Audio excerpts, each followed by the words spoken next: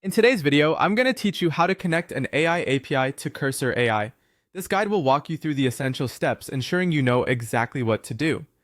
Let's start with obtaining your API key.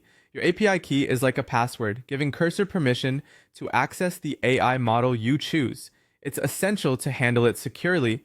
If you're using OpenAI, simply log into their website and navigate to the API key section. From there, you can generate a secret key. Other providers like Anthropic or Azure OpenAI have similar processes. Each provider has specific instructions, but generally you'll create an account, then locate the API key section, and generate or view your key. With your key in hand, it's time to integrate it into Cursor AI. Open up your Cursor app and head straight to the settings menu. Look for the section named Models or API Keys. This is where the magic happens. Cursor has a dedicated page within its documentation that gives detailed information on configuring keys. It's worth checking it out if you run into any challenges. Inserting your API key is straightforward. Once you're in the right settings area, you'll find a specific input field for OpenAI API keys. All you need to do is paste your key into this field. If you're using a custom or proxy endpoint, there's an option to override the base URL with your custom URL.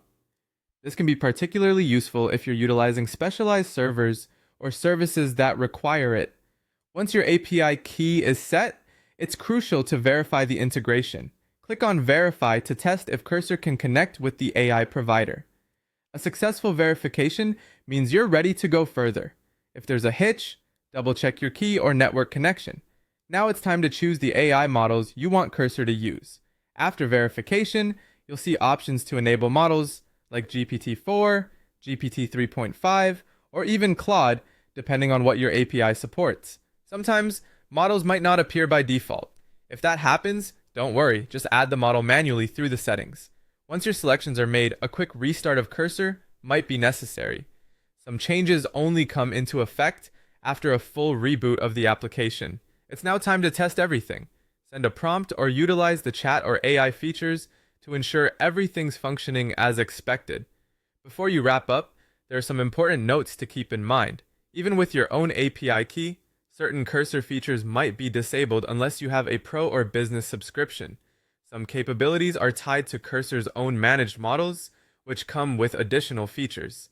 Be mindful of your provider's quotas and rate limits, since usage counts towards your billing. If you encounter user API key rate limit exceeded errors, this is a sign that you need to moderate your requests. And there you have it.